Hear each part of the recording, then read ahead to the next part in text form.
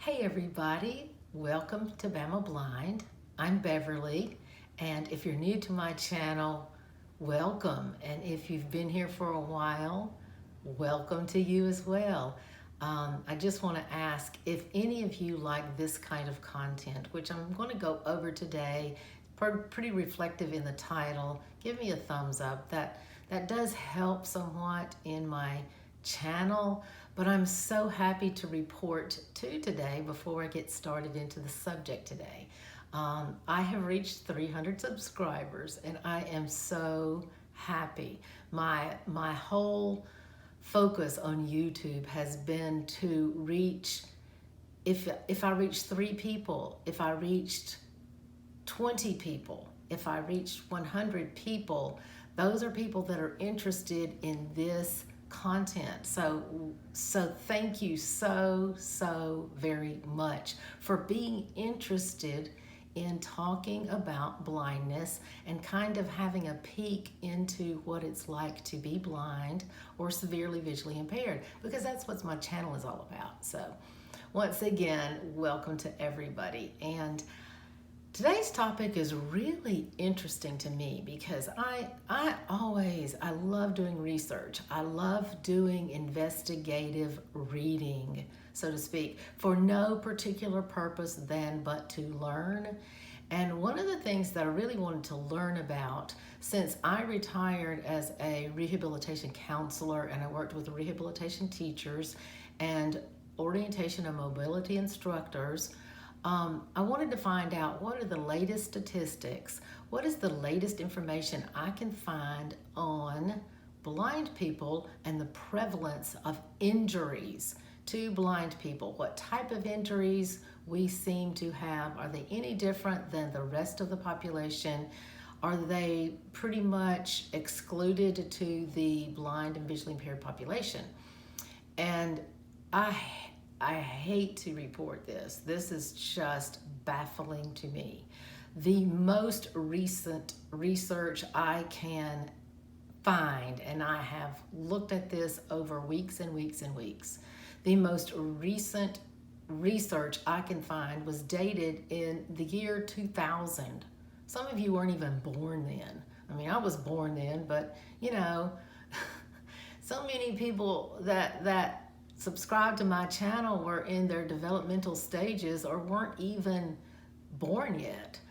And here we are in 2021 and I can't find any updated information about things like occupational therapy, physical therapy, pertaining to the blind and visually impaired, specifically in the home environment.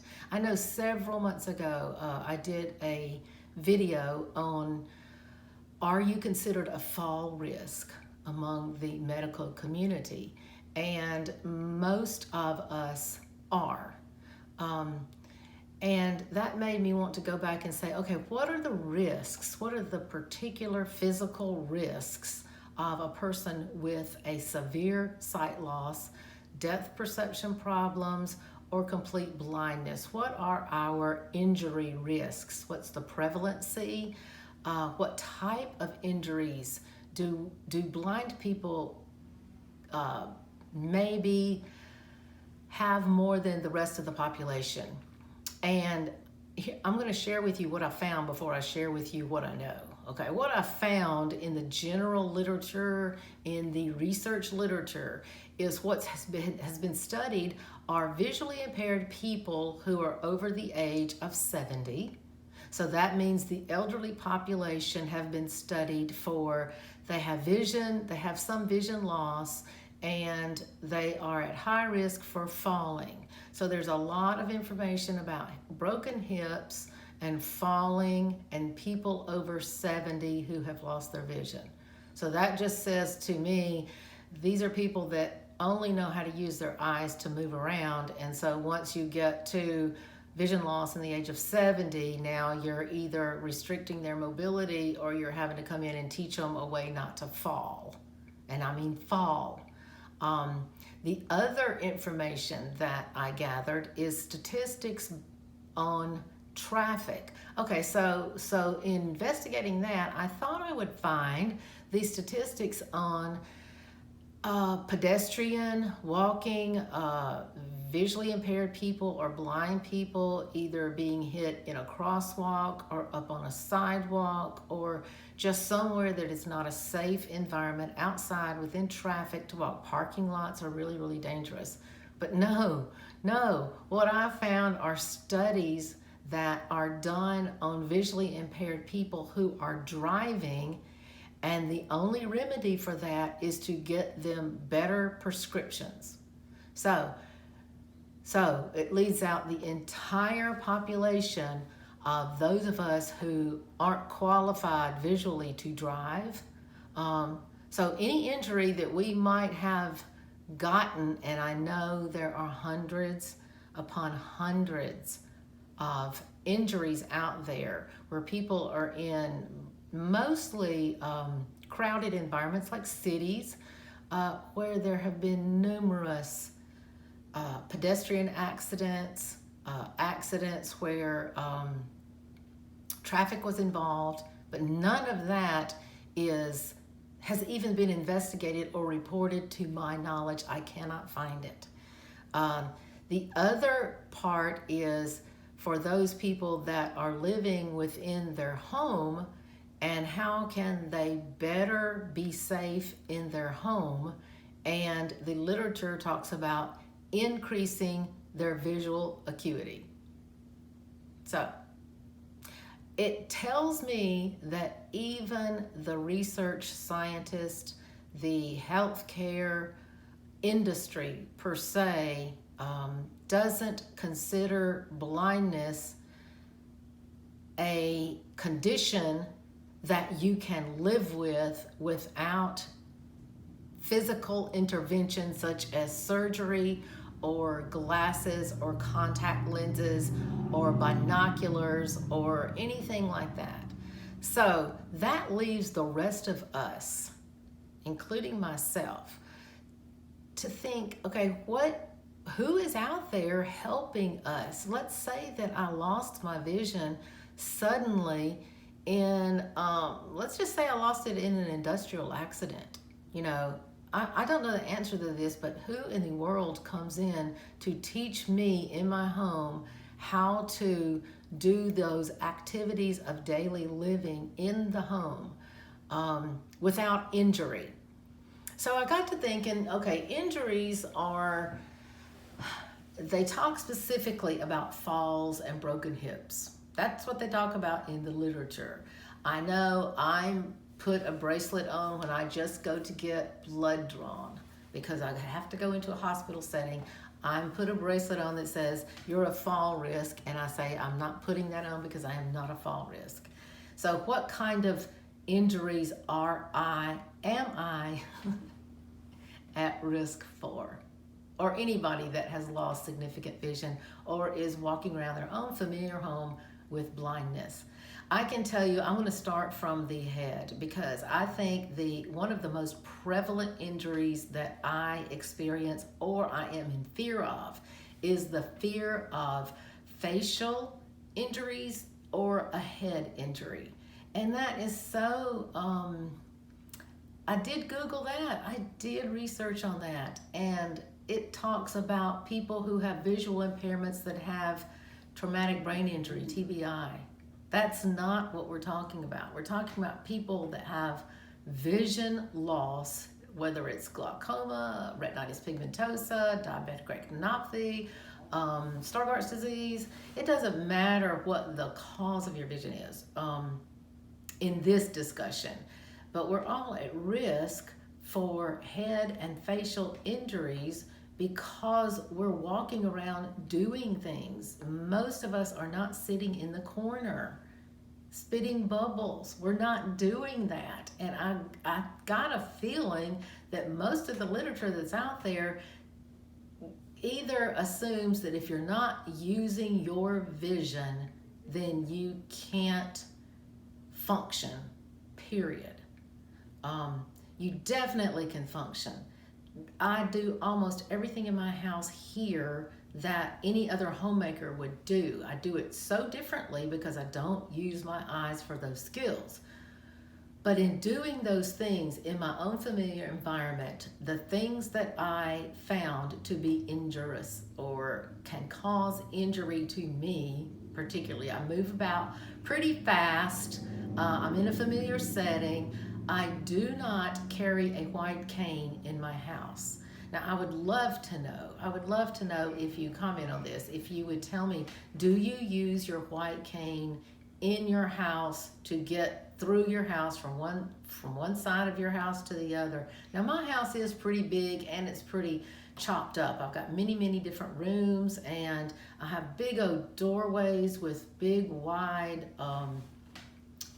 moldings on either side of the doors, which are very much stable. So one of my worst injuries is missing the door entirely, being off 6 inches when I think I'm going through the center of an open doorway, and suddenly I'm 6 inches off and I hit my face head on into the wall. Even worse than that is hitting my face or my forehead at the corner of that facing, because now you have something that can make an incision, and usually a pretty painful one and a jagged one. So facial and head injuries are really typical for people walking around with vision loss. One of the other things is when I lean over, and I lean over all day, I lean over to feed my dog, to put water and food in her bowl. I lean over to pick up my shoes. I lean over to get a dishcloth off of the floor. I lean over to gather the laundry to put it into the washing machine. I lean over because I dropped my hairbrush while I was blow drying my hair. So there's lots of leaning over.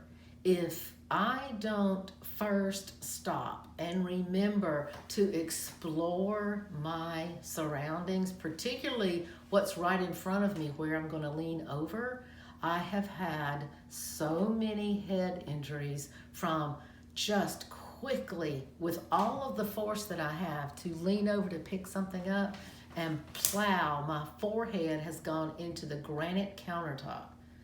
Gretchen's Food sits right next to my kitchen counter at the end of the counter. And if I am not holding one of my hands at the end of the counter where the corner is, and it's a rounded corner, it's a nice rounded beveled corner, but granite doesn't move. I hate to tell y'all that, but granite doesn't move. So when I lean over to put her water or her food in her bowl, I better take that safety precaution first and place my hand on the counter, my hand that is not full of dog food or water, and then lean over so that I am filling the thing up without crashing my head into the cabinet, into the countertop.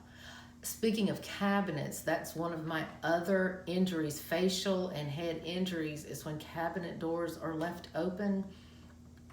You can easily just cut your face or cut your head wherever that corner of that cabinet is. And if it's left open and you hit it, there's another injury. One of the most bizarre injuries I've had is I was going to blow dry my hair upside down in my bathroom where I always do my hair, and I'm always standing up in front of the mirror for no reason because I cannot see a mirror. I can't see the countertop.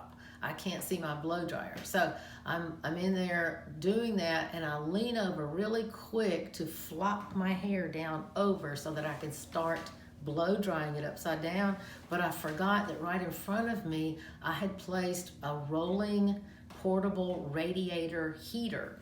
My bathroom's real big. It's got cold tile floors, and in the middle of the wintertime, a lot of times we'll put a heater, just a rolling radiator heater in there. And what it's made of is steel, and at the very top it looks like your old-timey radiator where it's got these curves, and each one of those curves is a steel wedge that's almost as sharp as an axe cleaver.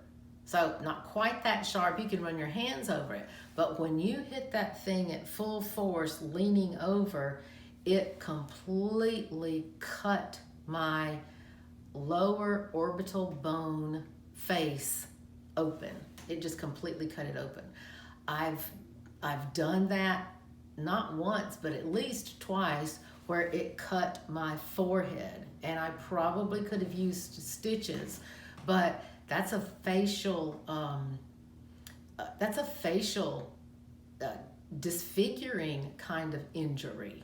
And blind people go through this all the time. I know that if I keep any of my doors open, I live in an older house, so we have these big, thick, right behind me, like a 6-paneled door, and they're very thick and heavy.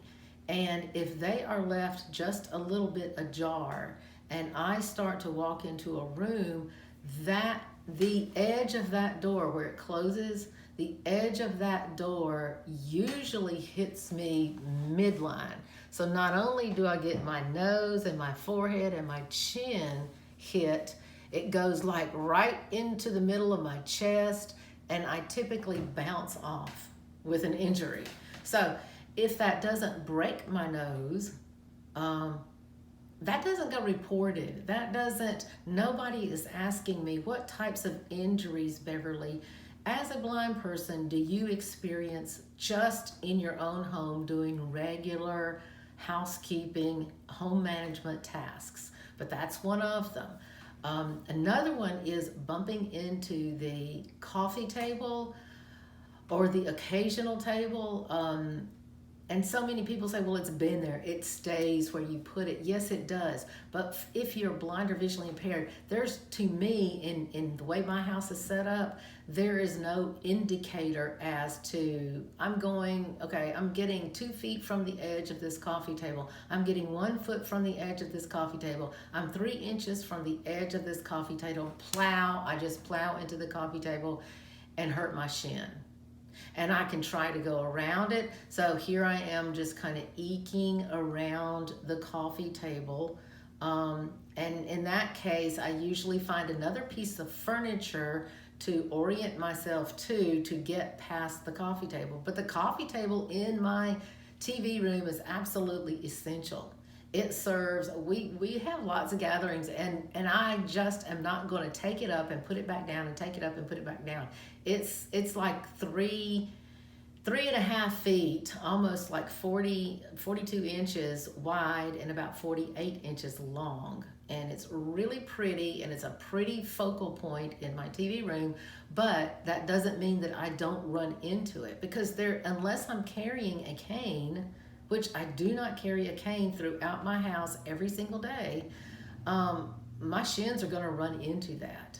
And likewise, my hip, my upper thigh area runs into the corner of the TV cabinet. The only place I can place the TV cabinet is where it is. And if you're sighted and you walk in that room, well, my gosh, you see this beautiful piece of furniture with these sharp edge corners, and you just go around it in between that and the other piece of furniture. But because of where it is, if I want to avoid hitting my shins on the coffee table, I will choose to go in the opposite direction, and almost inevitably will hit my thigh, especially if I'm carrying something with both hands, like laundry or a snack tray or a package from outside going inside. So if I have my hands free, I typically can find the cabinet and avoid that and then kind of know where I am. But if my hands are full, which is half the time, because that's what I do in my house. I do laundry, and I do, we'll go on the porch and have snacks, and I have to bring them all the way back through the house on a tray. So those kinds of things are commonplace among blind people, or at least I think they are, unless you're using a cane. A cane for a blind person is not, I don't think it's as frequently used as a walker for a person with an ambulatory problem. An ambulatory problem means that there's weakness or paralysis or numbness or some sensory impairment to the lower extremities. And blind people don't have that. You can find blind people that run triathlons, people that run cross country, people that swim, people that do yoga, people that do exercise on a regular basis, bodybuilders. And all of these people can be found in the blind community. So they're not at risk for suddenly having some paralysis and falling. But all the literature that I can find has to do with falling as an injury risk when you are blind. And that is probably one of the last things. We do a lot of tripping.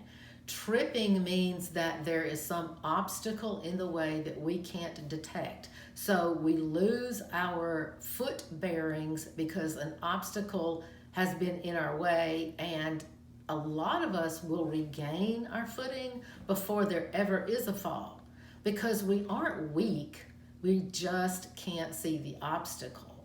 So now there are other cases where you might be visually impaired and have some weakness or dysfunction of the lower extremities, and you really do need to use a walker. Is a great idea because not only is it a barrier between you and the thing that you're coming up on, but the walker helps you stabilize your feet as you ambulate. But for the majority, if you just have vision loss, you're blind or you're severely visually impaired, or you might have good vision in one eye and poor in the other, so that creates depth perception problems. It's typically not a fall that you are afraid of. Then there are the areas of burns, and they don't even get into any of that. And blind people do things like everyone else. There's cooking, there's meal preparation, both using a cooktop and an oven. There is self-grooming skills. Not only are we talking about getting in the bath and running your bath water, but using, like for me, I use a straight iron and a curling iron, and both of those get extremely hot on my hair. But I have to use them every day if my hair is this shoulder length. So you have to learn to use those things. Many blind people iron their clothes, at least their collars or a blouse that needs maybe a pocket flap, or maybe a set of jeans that needs your pocket flap just straightened out so it's not sticking straight out on your butt, okay? We can use irons, but if you don't know the correct technique, you will get burned, and it's a severe burn. These aren't, just little, quick burns that you can see and avoid. Reaching into an oven without proper oven mitts or without knowing where their rack is can create third-degree burns. So, none of those are discussed in injuries for blind people, and we encounter those I would say at least every week, every other week, if not daily. And finally, one of the things that I have found that I've done before, not quite so often, but I'm pretty free in the kitchen to cook any way I want to and to prepare foods.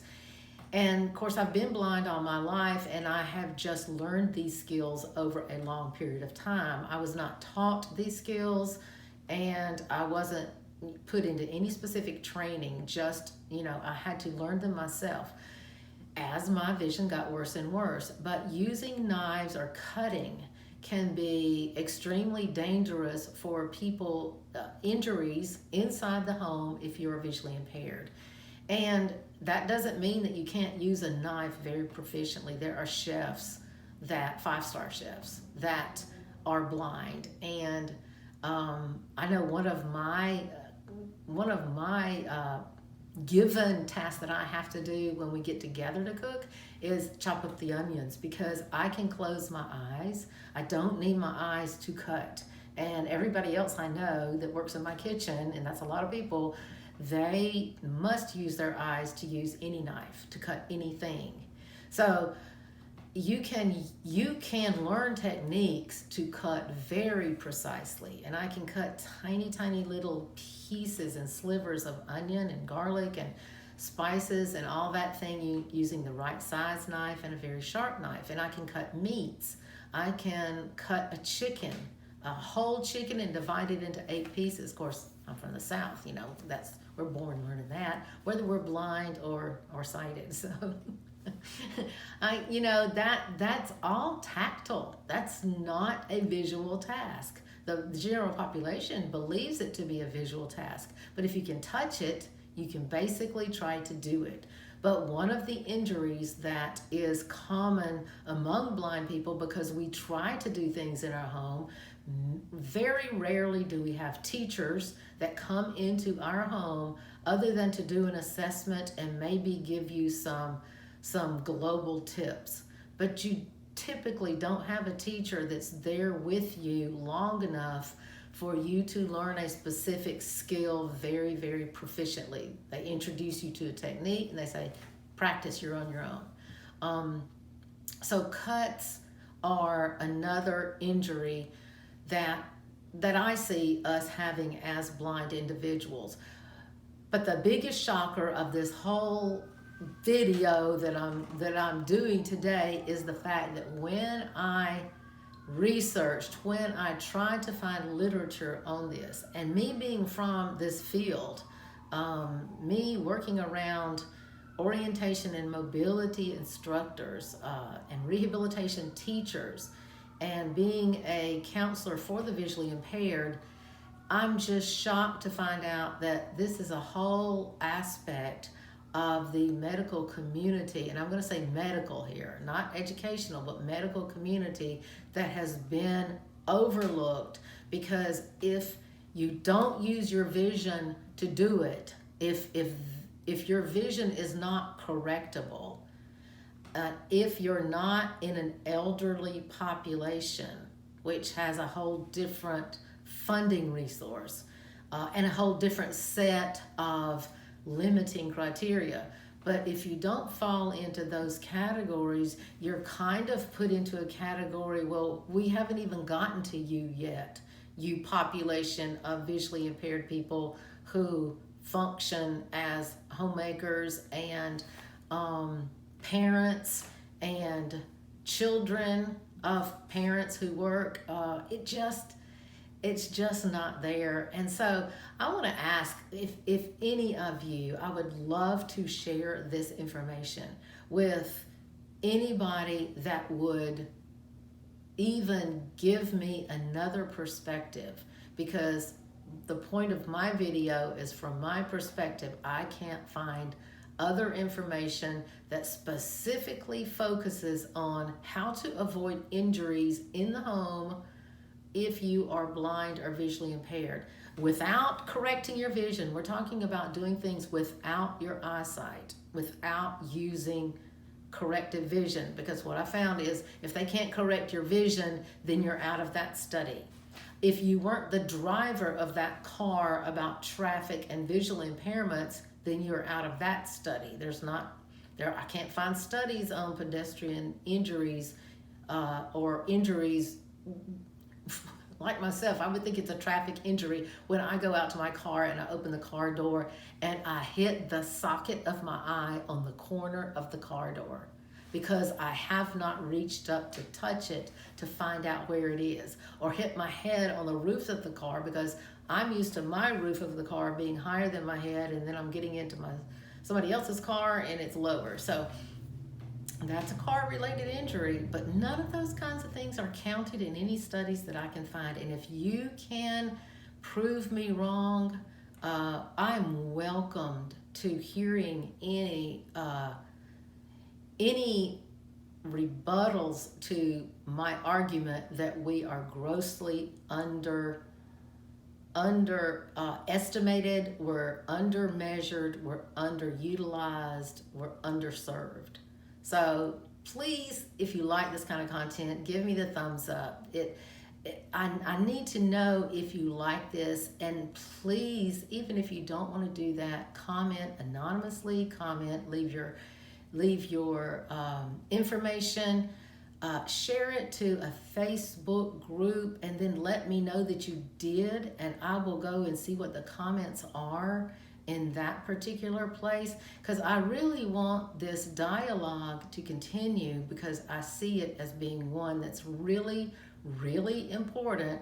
So many of us lose our vision later on in life, and I don't see any hospitals around or any OTPTs coming into homes covered under insurance to teach you specific ways to avoid injuries being blind, not being elderly, not being a wheelchair user, just being plain old blind. So thanks everyone for sticking with me through this. I hope it doesn't come across too much as a rant. It's supposed to be educational, but it is quite ranty, I think. And anyway, thanks so much for watching, and I will connect with you on the next video. Have a great day, everybody. Bye-bye.